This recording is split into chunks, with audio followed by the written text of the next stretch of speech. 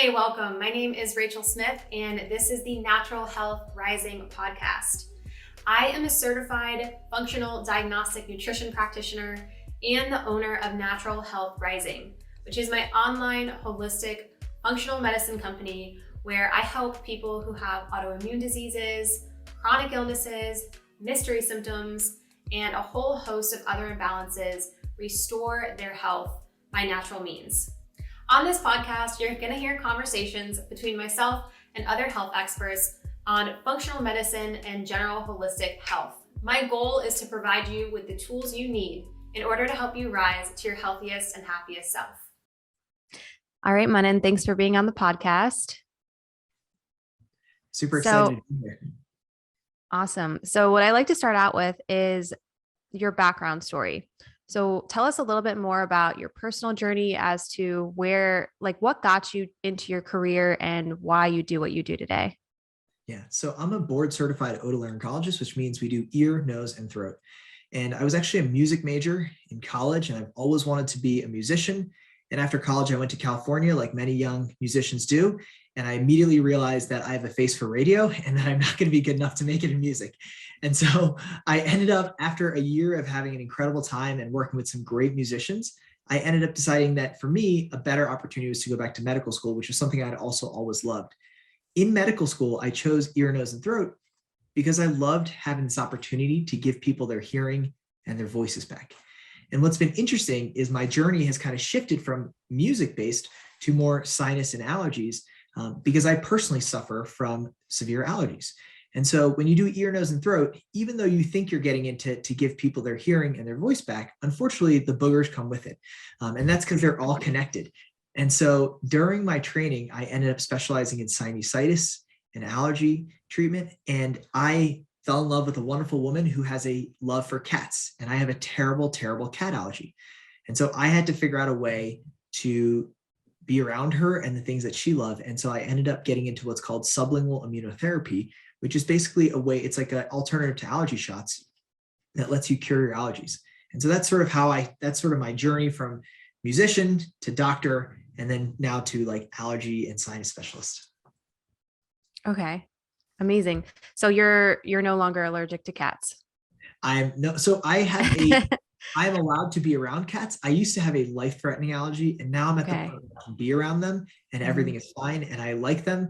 I still probably shouldn't like rub my face in their fur, but I'll sometimes, depending on how nice they are.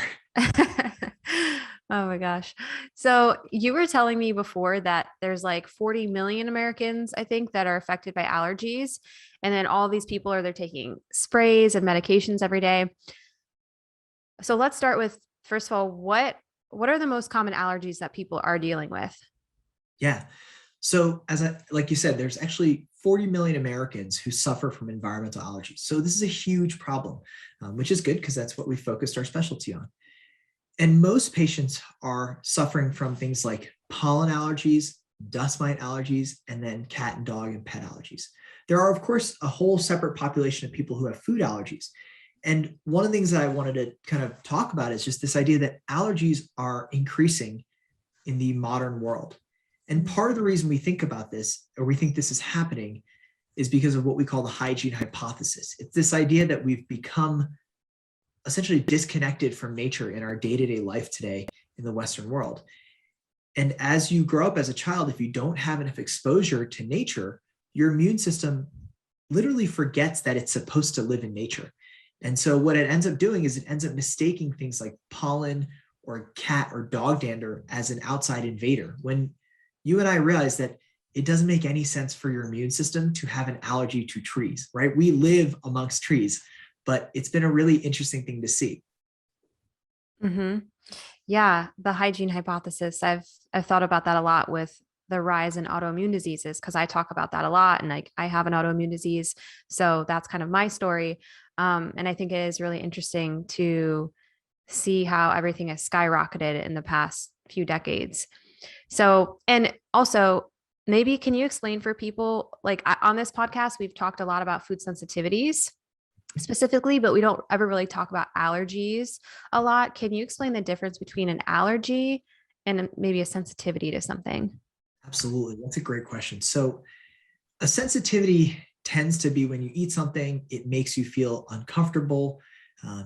You can have an upset stomach. You might not feel as good when you eat it. An allergy tends to be, we define it medically as an IgE mediated reaction. Basically, it releases histamine. So a peanut allergy is when a child or an adult with a peanut allergy eats a peanut, their throat literally closes off, they have swelling, they have hives, they have rashes. And so that tends to be where we switch from sort of a sensitivity, which is you feel uncomfortable and it's probably something you should try to avoid in your diet, to it's life-threatening and you have to try to avoid it. And that line is certainly gray because everything in the human body is a spectrum. But when you have a food allergy, we will advise patients to 100% avoid those things. Mm-hmm. Yeah. And is that indefinitely, or are they able to bring these things back in? Yeah, so there are some treatments in the same way, we focus in our practice on sublingual immunotherapy or treating allergies by exposing you to a small dose, and over time you get desensitized. And in the office, you can also do that for food allergies. That is a newer thing that our practice doesn't focus on, but local allergists will do it. And the reason that we'll have you do that with a local allergist is because our practice focuses on telemedicine. In food allergies, there is that risk of a really severe reaction. And so you'd want to do that in the office with a physician right there. Okay. So walk us through this process a little bit, like maybe starting from, okay, I think maybe I have an allergy to something. I'm not really sure. I have some health problems going on. I want to get tested, and then like take me from point A to point Z, like getting tested to like going through this therapy and everything like that.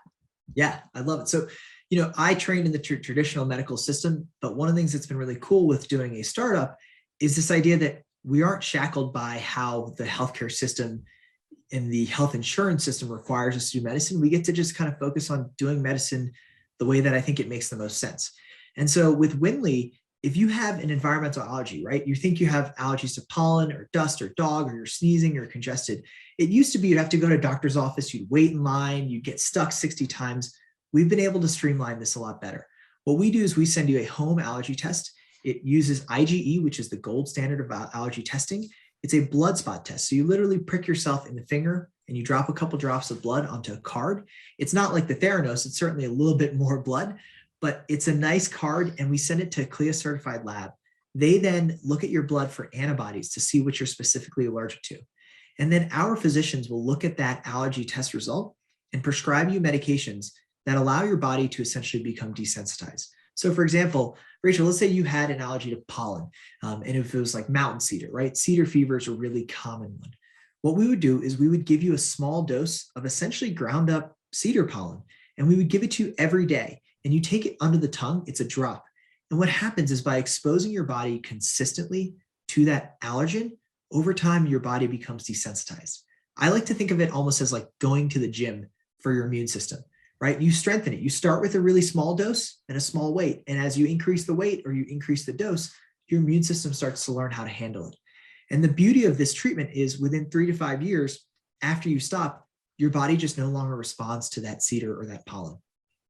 Mm-hmm. And how long did you say that normally is for someone, that process?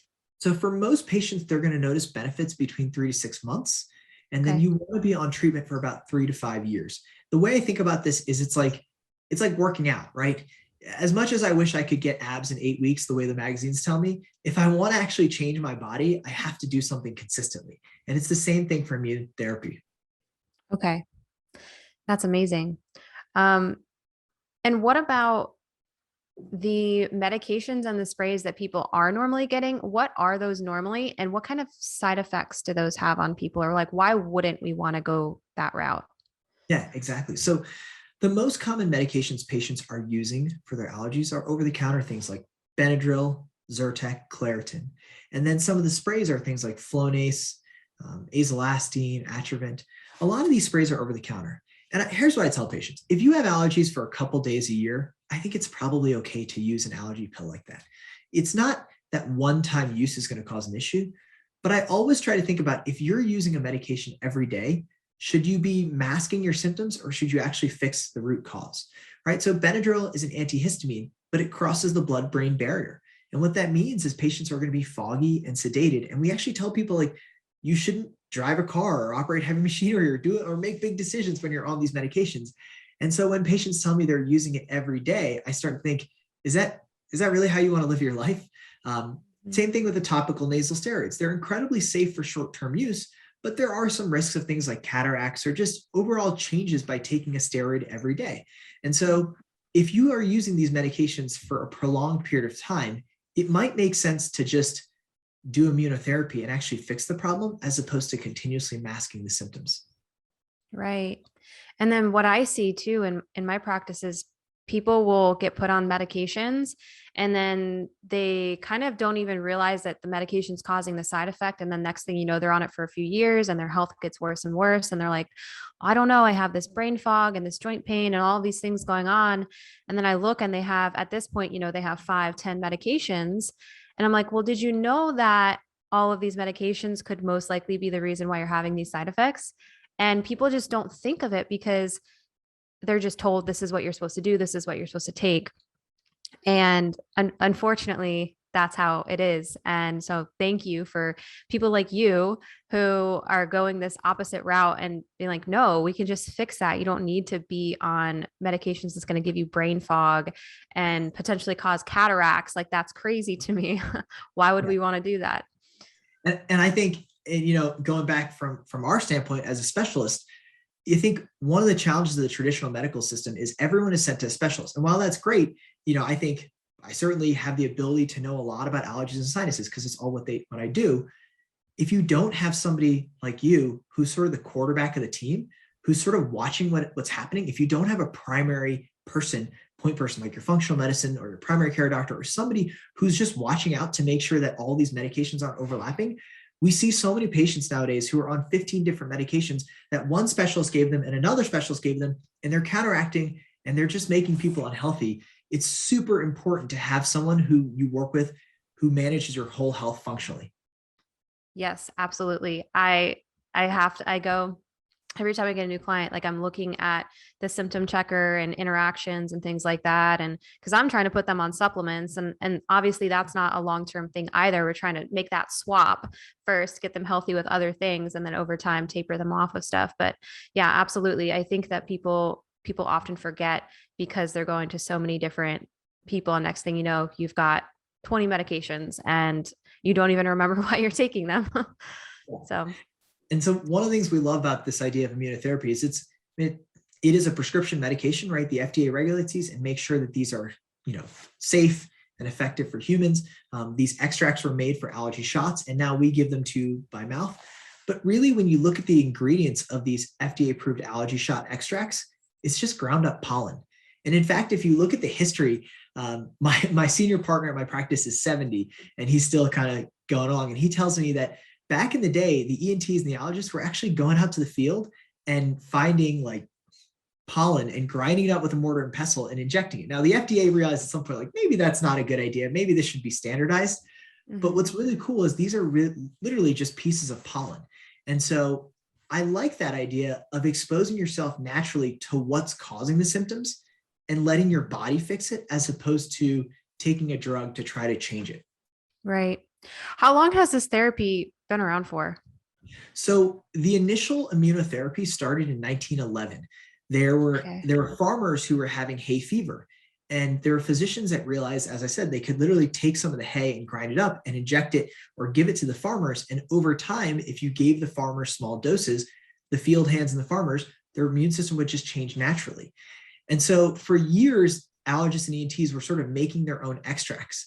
And it wasn't until the 80s that the FDA came and said, hey, we should have a more standardized method of doing this, so that if you go from one doctor to another, you're not worried that, like, this doctor is grinding it up with a mortar and pestle that's maybe dirty. And so the extracts have been approved by the FDA since the 80s. And then sublingual immunotherapy, this idea of doing it by mouth, actually came out in 1986. And so it took about 10 years for them to understand exactly how to dose this in Europe.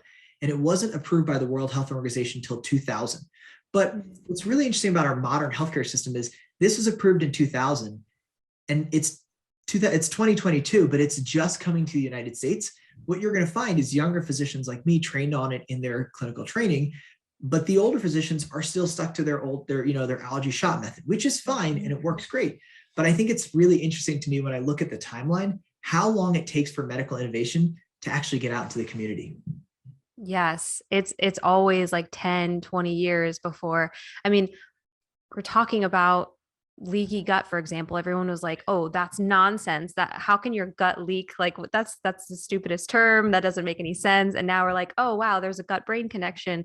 This is how you can develop sensitivities." And it's becoming mainstream medicine. So yeah, that is it's always so funny how that works out. So whenever something is new coming on the horizon, I'm like, okay, let's pay attention to this because this could be the next thing. But unfortunately, other people aren't really going to catch on or maybe listen as much for another 10, 15 years. So, And yeah. It's frustrating. And I think it's even more frustrating for a patient because they're suffering with this issue, but sometimes it feels like their physicians or the healthcare system isn't listening to them or is sort of telling them that this isn't real. And I think one of the most important things that I've learned as a doctor is like, you have to listen to the patient, right? You have to actually take the time and try to understand what it is they're suffering from. Mm-hmm. And people I don't know if you've heard this term used, like medical trauma, basically, where, they've gone to so many people and then they start to lose trust. Mm-hmm. And they're like, how do I know that you're going to help me? Because the other 12 doctors didn't help me and they didn't listen to me and they called me crazy. And it's a very sad thing to see. But there are people out there like you, obviously, who are understanding and innovative and who will actually listen. So that's so good. And how long do you get to spend with your patients? Yeah. So one of the nice things, again, because we're outside the insurance system, we don't have to do this like 15-minute visit. Our Winley patients, they have access to us 24 hours a day, 7 days a week. We always have a physician on call. And for me, it's been really fun because I'm not like timing my visit the way I was with the insurance companies. I get to actually sit down with our patients. We do it via video or phone call or email, and we get to communicate with them. And for something like immunotherapy, where we're working together for 3 years and we have to adjust the dosing for you, it's been really nice to get to just spend the time to get to know our patients. And then the other thing is, when you get to spend more time with patients, you get to understand what are their goals. So for example, when I was in my training or even when I first came out, we would do an allergy test and we would just treat you based on the test and that was it. But what we found with Winley now is sometimes you'll come back and you might have an environmental allergy to trees or pollen, but really what's bothering you isn't your tree and your pollen allergy. It's the fact that your wife wants a dog and you have a dog allergy. And if that's the case, I'm going to focus on your dog allergy. And yeah, we can do the tree and pollen later, but we should focus on what's most important to you. And so I think that's part of the fun of working with patients on an individual, process. Yeah, absolutely. And how often are they getting their medication adjusted? Yeah, so we can adjust it every 3 months as we write a new prescription. We can do it sooner, but most of the time we have a protocol that works really well for the majority of patients. And it's kind of like a bell curve, right? So most patients are going to fit into that standard protocol that's been written out by the American Academy of Otolaryngology, Allergy, and the Quad AI. But some patients certainly need higher doses or lower doses, but it's been a really cool way of just getting to work with them. Mm-hmm. Okay. Let's talk about just like breathing and our respiratory system in general. So I know that you have a lot to say about this with how important it is to our immune system, our health, and things like that. So yeah, just speak on that. Like what is breathing in our respiratory system? How does that affect the rest of our body and the rest of our health? Yeah. So, as an ENT, the upper airway is sort of where I live my life. And I think we are finding more and more that breathing is incredibly important. And we're learning all these things that have changed about our bodies. And so the easiest way to think about it is just in terms of sleep apnea and breathing at night. So when you go to sleep at night, the air has to be able to flow through your nose and go into your lungs so you can get oxygen and continue to survive. But we're seeing more and more that for a multitude of reasons, patients aren't getting enough oxygen at night, and this has long-term health side effects. So everyone is probably familiar with snoring, and I think a lot of people are becoming more and more familiar with sleep apnea. And the idea is if you're not getting enough oxygen at night, it leads to cardiac issues long-term, higher risk of stroke, brain fog the next day, immune dysregulation because your immune system heals and works at night. And so allergies are a big part of that, because if your nose is congested, you're not able to breathe through your nose at night. And you end up breathing through your mouth, and you wake up with that dry mouth, and you're rolling over in bed. But in general, there's so many American health issues that I think are affecting our sleep. One, obviously, is screen time. We found that using iPhone screens too soon before bed can actually affect your ability to sleep. The second thing is our diet. And I think that's probably something I know actually that's something you guys focus on a lot, is if you're overweight or you're not eating a healthy diet, you're not going to get great sleep. And it's going to cause obstruction just mechanically on your airway. So those are sort of the ways I think about it. If you'd like me to get more nerdy, I think what's been really interesting is this idea that if you look at the skeletons of Neanderthals or of humans way back in the day, their airway was wider. And so as humans, we've sort of traded off. Your skull has only so much room to get through the birth canal. And as humans, we've traded off space for our brain. We've sort of taken up more space for our brains in return for less space for our airways. Now, I think that's probably a good trade-off, because I'm glad that I can, do advanced math as opposed to, having a bigger airway. But one of the downsides of having that smaller airway is we start to have more breathing issues. And as we learn more and more about the importance of sleep, if your airway gets smaller, you start having more issues with sleep and breathing and all the other downstream sequelae. And then one interesting fact that I just love to talk about is this idea that, historically, when we ate a more plant-based diet, we were spending more time chewing, and our master muscles were stronger. And what would happen is our jaws would get bigger. And so as your jaw and your mouth gets bigger, your upper airway gets bigger. But now we eat a lot of processed food that, we use basically fire and heat to break down those molecules and make it easier for us to eat a lot of it. But as a result, humans' jaws have actually become smaller, and we're getting what's called retrognathia, and all of this compounds to make it so we have a smaller airway, and we just can't breathe as well. Okay. Well, first of all, I have a question about diet. So do you abide by, like, for your patients, do you tell them to eat a strictly plant-based diet, or do you have them just do whole foods, like meat and seafood and plants and all of the things? Like, what do you have a standard? So I am by no means a nutritionist. I think that there's still a lot of safety or goodness in eating sort of whole foods. I think it's more just this idea of, like, the more food looks closer to what it looked like in nature, the more your body is eating it and digesting it in the same way that it would. So things that are processed, like breads and pastas and cookies and cakes, they're not necessarily the way that our body experiences those things in nature. So if you can limit those things, it's better.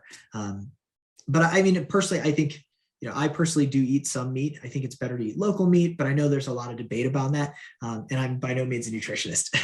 Okay. Okay. Good answer.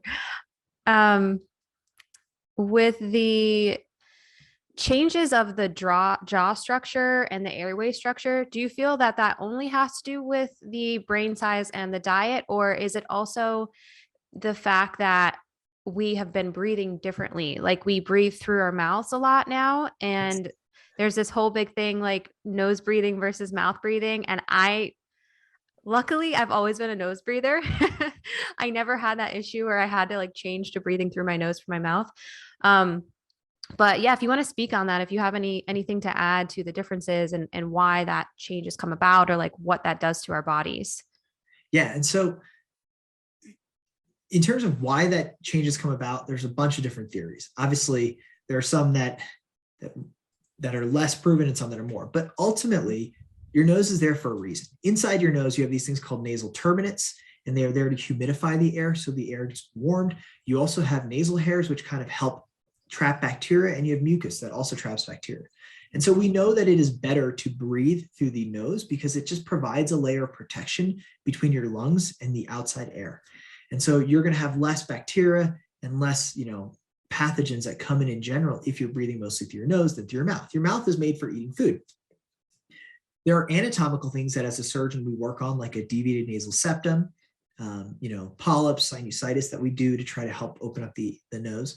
And then, from a general status, basically, in short, the nose is an important organ. It's there for a reason, and you're supposed to breathe through it. I certainly think it's better to do nasal breathing than mouth breathing. And we've seen with patients with sleep apnea, particularly, that when they breathe more through their mouth, their quality of sleep and their rest decreases. Mm-hmm. Do you ever have people tape their mouth closed at night? So I certainly have patients who do mouth taping. Mm-hmm. I have not jumped on that train in terms of telling all my patients that, because it is it is a hard sell. And I have not had to do it because I'm very thankful that I'm able to breathe really well through my nose. But I think that taping your mouth it's a step, and I think I have no problems with it. It's hard for me to give that advice to most of my patients. I think this idea of trying to focus on breathing through your nose is really important. Even if just for the fact that it's going to warm the air, and so the air is going to be easier on your lungs. I think anything you can do, if you have polyps, you should get them removed. If you have allergies, you should try to fix them. If you have a deviated nasal septum, it's worth considering getting it fixed. Because if you can use your nose the way it's supposed to, then your body is functioning how it was made to function. Mm-hmm. Okay. Yeah, mouth taping is really big in like the biohacking community. Yeah, And huge. I definitely follow all of that stuff. Actually, in 2 weeks, I'm going to Vegas for a biohacking conference. So I've personally tried the mouth taping just to see what it felt like. Cause again, I also breathe through my nose and it's a little uncomfortable, Yeah. like sleeping with tape on your mouth. It's like, okay, this is a little weird. But it works for some people. I have some friends who, I don't know if you're familiar with the Aura Ring, which tracks your sleep and it also tracks your respiratory rate and all of that. And so you can really actually see a shift in when you tape your mouth at night, and you can see your heart rate and your respiratory rate really change for a positive when you're breathing through that. And this isn't like a scientific study. This is just me, my personal experience and my friends, but it is very interesting to see that. But what's cool is there are studies that basically are showing that nasal breathing and just having a better upper airway anatomy is going to affect your heart rate and your sleep and your REM sleep. There's a great study, I'd sent it to you, and think about basically how having dust mite allergies, or basically having allergies, tends to affect the quality of your REM sleep. And the mechanism that's proposed is that the allergies are causing congestion through your nose, which means you end up breathing through your mouth and you're not getting that restful sleep that you could otherwise get. And so, REM sleep is super important for allowing your body to sort of process what's happened in the past day and also to make growth. And if you're getting less of that, I think whatever you can do to try to improve that it's important. Mm-hmm. Yeah. And are you really big on air quality in the home and purification systems, or what do you normally advise people around that stuff? Because I know it's the air in our homes nowadays is like 3 to 5 times more polluted than outside. And I think it's very important to purify your air and things like that. I think unfortunately, because of the methods of modern construction and also some of the plastics and materials that we use on a day-to-day basis, we're certainly being exposed to more pollutants even in our house. And because there's less airflow, they're more likely to just sit there and you're getting more exposure, right? Outside, the air is constantly being changed and ventilated. But unfortunately, I used to be like, oh, you should be outside, you should keep your windows out. But, I live in Denver. And if you've ever been out into the mountains in Denver during the summer, if you look back on the city, you can literally see this cloud of smog hanging over the buildings. And so, oh, wow. I don't even know that the outside air out here is as good. I think that air purification is a really good idea. And I think you just have to pick really good purifiers. And I tell patients, like, unfortunately, you sort of pay for what you get. And so maybe the one from Costco isn't going to be as nice as maybe the one that you guys have talked about on the podcast, or some of the ones that you guys have seen on different, blogs and stuff like that. Right. Right. Yeah. If anybody hasn't listened to my podcast with the technology officer from HypoAir, that's a really great one. And we go really, really deep into air purification, everything. Their products actually aren't that expensive to me. So that's nice. They're kind of like this mid-range where it's like they're not the most expensive, but also they have a lot of science backing everything. And I definitely trust them. And I've read through the stuff myself. So I'm like, okay, this is a really awesome option for people. But yeah, you definitely have to do your research, and you can't just go buy any random purifier nowadays. Yeah. And now, how can any of this tie in with autoimmune diseases, or can it? Do you have anything on that? So again, the links between this and the clinical studies are loose. So I'm kind of going off of my gestalt here. I am not going to have as many papers. And I like to give that disclaimer. Okay. But one of the things that we've seen is that, and this is going to circle back to the hygiene hypothesis, when your immune system is not raised in sort of that natural environment, there's what we call immune dysregulation. And so in the same way that your body can start to mistake, pollen or grass or weeds, which are totally natural things, for an outside invader, autoimmune diseases occur when your immune system mistakes your own tissues for an outside invader, right? Diabetes is when you make an antibody to your insulin producing cells. Hashimoto's is when you make an antibody to your thyroid cells. This is all sort of the same type of immune dysregulation. And what we do see that has been clinically shown is autoimmune diseases and allergies and just immune issues in general tend to run together. And one of the things that's been really interesting with me is, even as an allergist, you see that patients who have one allergy tend to have multiple. You don't find someone who's like, hey, I'm totally fine, but I just happen to have like one single allergy to cats. Now that happens, but what you see is it's like your immune system is either having dysfunction or it's sort of well-centered. And so I think that's just a really interesting observation. And this has been backed by sort of clinical studies where they've looked at children who've grown up in rural areas versus children who've grown up in urban areas. And their immune systems lead to more allergies in the urban areas than the rural areas. And we believe it's just due to when they're in rural areas or where they're around farm animals, they seem to have just more exposure to things at a younger age, and their immune system becomes a little bit more robust. One of the other interesting things that's been really cool is you actually see that allergies are decreased in kids who have siblings or kids who have pets.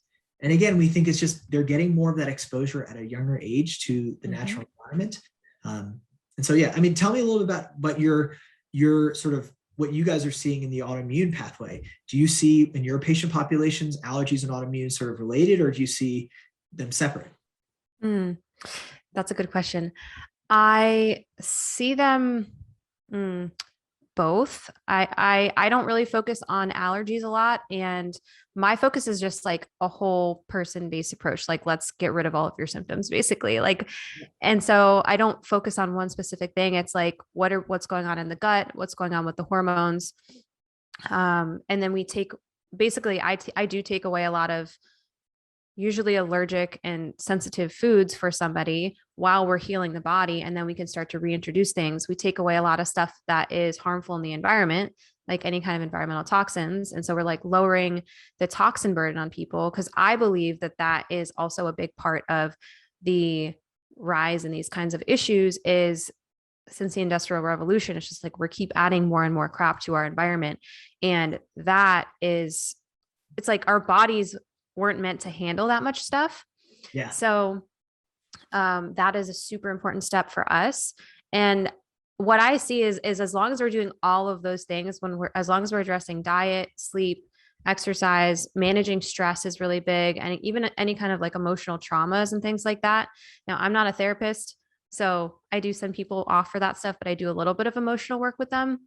And then of course, supplementing based upon any kind of infections we find or things like that, then I just see people's autoimmune diseases go into remission. Allergy wise, I wouldn't say I have a lot of clients who have had a ton of allergies that are like directly linked with their autoimmune disease. Yeah.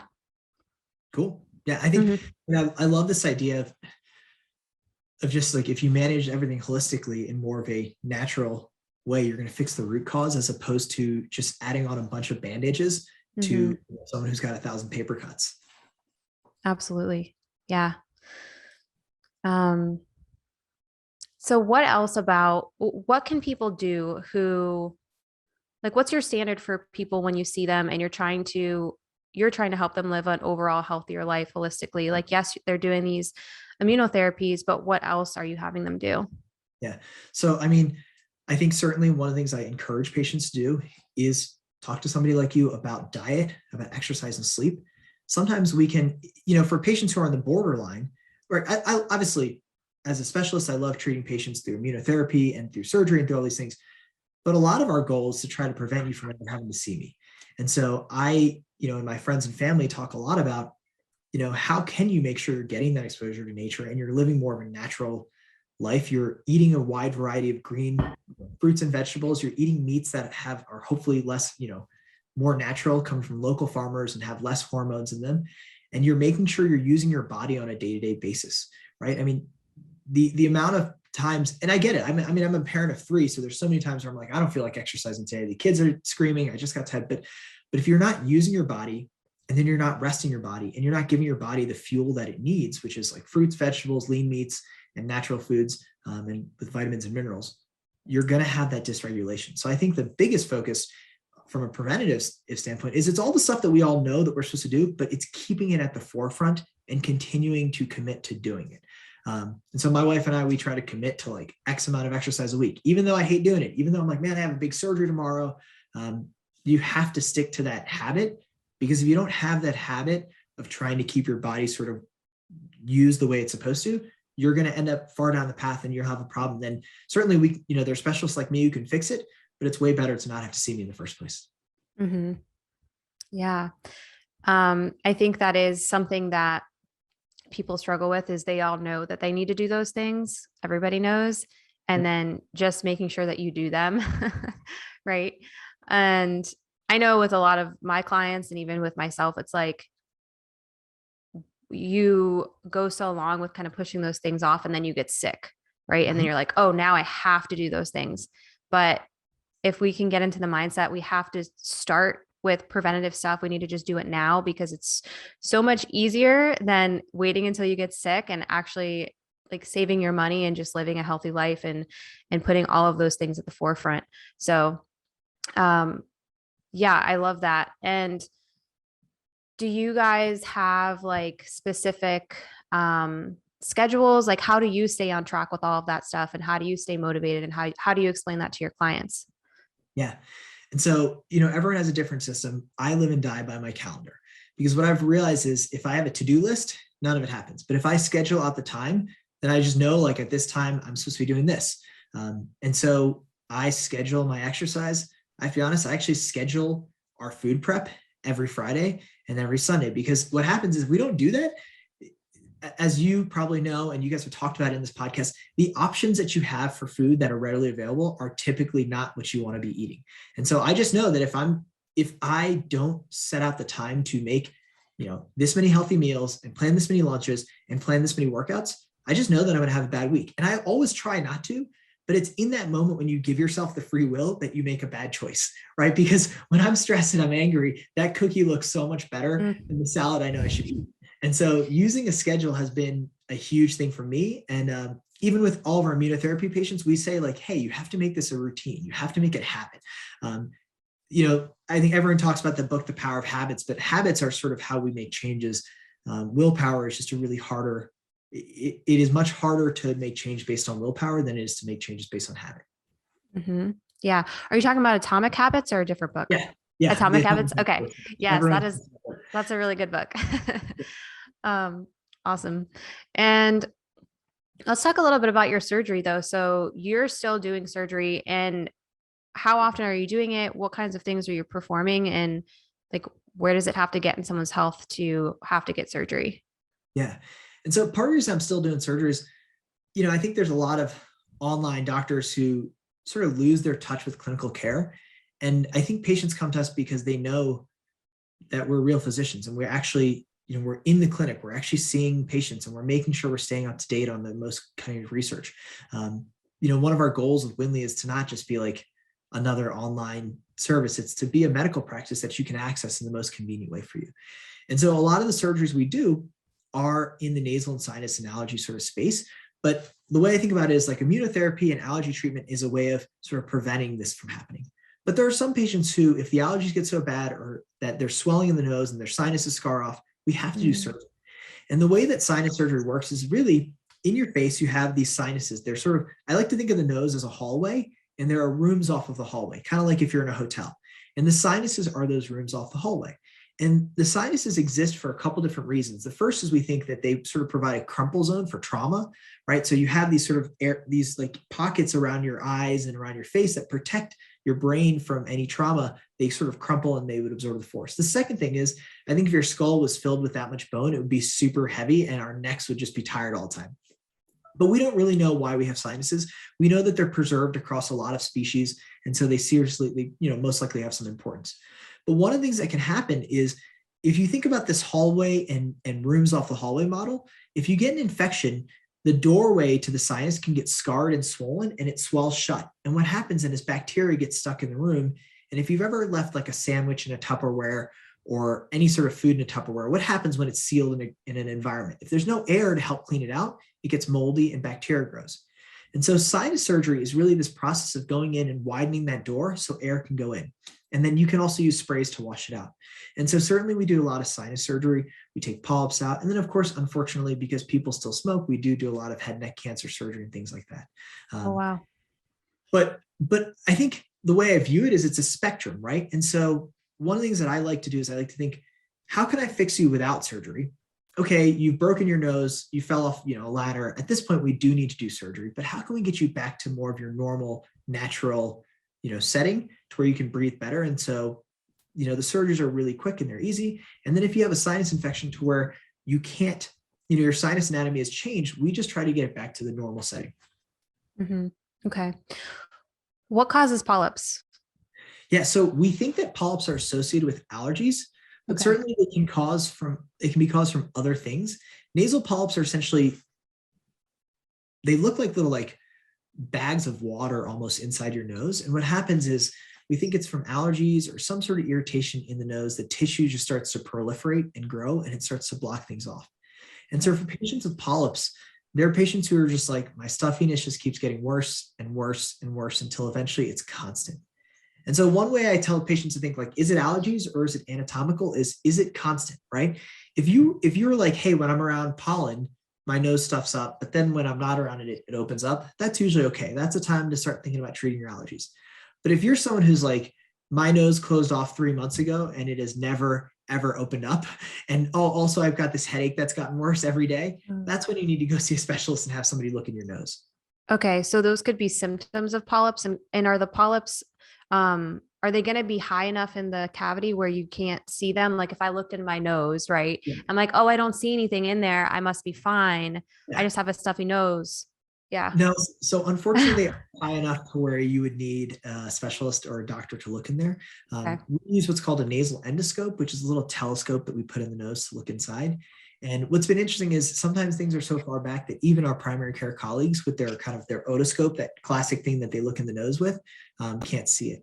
And so again, we're just thankful that the technology has gotten better to where we can now really visualize patients in the office in a really quick and easy way. Mm-hmm. So what about, sinus infections? This is actually something that for some reason, literally this month, I had 3 or 4 clients all get a sinus infection at the same time. And then they start telling me, oh yeah, I get sinus infections all the time. What is that? Is that something specific or is that always going to be different depending on the person? Yeah. So I think that most of the time sinus infections, it's going to be different for every patient, but the mechanism is almost always the same. And so what happens, kind of as I was saying, is some sort of bacteria gets into your nose, you get an infection, the infection leads to inflammation, the inflammation leads to scarring and scar tissue, and it scars down the sinuses so that things can't drain naturally. And so I know that one of the things you focus on a lot on this podcast, and it sounds like with your patients, is just trying to decrease inflammation. And so that's the first step. If you can decrease the inflammation, you can prevent this from ever happening. And so I think that's a really interesting thing that you guys focus on. And I also think even little things, just like using a mist to try to wash out the nose and the bacteria, that is a super safe way. And there are no side effects to salt water that I'm aware of. And so I always tell patients that's the easiest way. Now, if you start to get to the point where you're infected, certainly, we can use antibiotics, although we're trying less and less to use those because, again, those will have effects on your gut and your GI natural flora. And so a lot of these things, we will try to use conservative measures like saltwater rinses, Tylenol, Motrin, giving your body some time, vitamin C, all those things. Once that doesn't work, then we go to antibiotics. And then if antibiotics don't work, then we go to surgery. And so really what I hope you're hearing is, I think the key is to always start at the root and try to avoid the causes. And then if you can't, then you go into other things. And the way I like to think about the healthcare system is, Rachel, I think of you as Smokey the Bear. and I'm a firefighter. And both of us are important, right? If there's a forest fire, then like, look, I should go in and put out the fire. But it's way better if Smokey the Bear just teaches people not to start forest fires. I love that analogy. Um, yeah, let's go a little deeper on this sinus thing for a second. So I had one of my clients, she rushed immediately to the doctor and got antibiotics. And as she was telling me this, I was like, oh, I have some stuff you could have done, which would have been a nasal spray. I like the Xyloclear. I don't know how you feel about that, but it has like a grapefruit seed extract and xylitol in it. And then also there's some other things like you can, again, I don't know what your standpoint on this, but like boiling water with a couple drops of oregano oil and like inhaling that, because that's a natural antimicrobial, high dose vitamin C, and some simple things like that. Like that's what I wanted her to do. And I told her, hey, next time this happens, like, let's do this first. But how long would you wait before going the antibiotic route? Yeah. So this is something that I, stand on a soapbox for. Patients love antibiotics. And it's not that they do, it's just that the modern medical system has done patients a disservice where we've trained patients to think that when you're sick, there should be a pill you take. And that is not necessarily true. You should see if your body can fix it. And so we typically find that most sinus infections are actually viral and they're not even responding to these antibiotics. And what we're doing with these antibiotics is we're causing all this, again, all these things you're talking about, like leaky gut, we're causing dysregulation of their normal flora. And there are side effects like Clostridium difficile. I mean, every year patients die from severe diarrhea from antibiotic overuse. And so as ENTs, we try to be really, really good stewards of antibiotics, and we try actually to use them less. It's funny, I had a negative review from a patient who was like, I went and saw Dr. Shah, he wouldn't give me an antibiotic, and my other doctor did. And it was so frustrating because I was like, listen, I was trying to do the right thing, because for the first 7 to 10 days, we actually think it's probably worth just using conservative therapies like what you're talking about. With the boiling water, I love this idea of just finding a way to get moisture in there, right? Because if you're a healthy person, your body's making mucus and you have antibodies to kill those bacteria on your own. You can supplement them. You can help your immune system using vitamin C and other sort of things to make sure you're staying healthy. Vegetables, sleep is a big one. But the idea behind the xylitol and the boiling water and the moisture is really just getting that moisture into the nose so that the mucus can do its job and kind of catch the bacteria and wash it out. And so I love that. We are huge fans of salt water here at the ENT clinic. And I think it's just a really safe, better way of doing it. And so, yeah, I mean, you kind of hit my nerve with the antibiotics because I think they're given out like candy and they're really dangerous. Yeah. You mentioned C. diff, and actually, this is also why I'm upset that this client did that. I found a C. diff infection in her after some serious medical mistreatment and loads of antibiotics. And I was like, the crazy thing is that they told her that she could potentially get C. diff, and they never once checked to see if she got it And I found it. She was like, oh my God, they told me that I could get this. And then they just totally ignored me afterwards. With the antibiotics. So I was just having this conversation last night with a friend where it's like our bodies, every response that it has that is supposed to heal us, we try and drown it out. So for example, if you tweak your shoulder and it swells up and inflames, it's an inflammatory response. It's trying to protect it. And also like it's trying to heat the area to kill everything and to start to heal it. We get a fever. Our fever kicks up because our body is trying to heat up and kill whatever is inside of us. Yeah. And so all of these processes, but we're throwing ibuprofen at it for the fever. We're throwing, all these things on our bodies to immediately get rid of the things that are there, but that's our body's innate ability to heal. That's what that is. That's our bodies trying to heal themselves. And I could go off for a long time on this because it also irritates me. I'm like, our bodies know what they're doing. They just need a little bit of time. And we're so quick to just, oh my gosh, I have a cold for 2 days. Let me go to the doctor. I have this thing wrong with me. Let me go to the doctor right away and get something. And then of course you have people getting mad at you for not putting them on antibiotics. That's crazy. So, oh my gosh. Yeah. Well, as we're kind of running out of time here, I think this is probably a good place to stop, unless we didn't hit on something really specific you want to talk about, because we can go a little bit longer if you want. So is there anything that you really wanted to share? No, mostly, I mean, I think the big thing that I wanted to share is sort of this idea that's been kind of coming to me. And I think you guys have talked about it a lot in the podcast, is just that, the fact that we have, it literally doesn't make sense to me that your immune system would say, hey, grass is bad, right? That is a problem that's happened due to Western medicine. And what the classic, healthcare system response is, oh, you have this weird thing that's happening where you're allergic to grass. Let's put another medication on top of it, right? But what we're trying to focus on with immunotherapy is this idea of well, what if you could go back to nature? What if you could go back and actually get that exposure in a different way?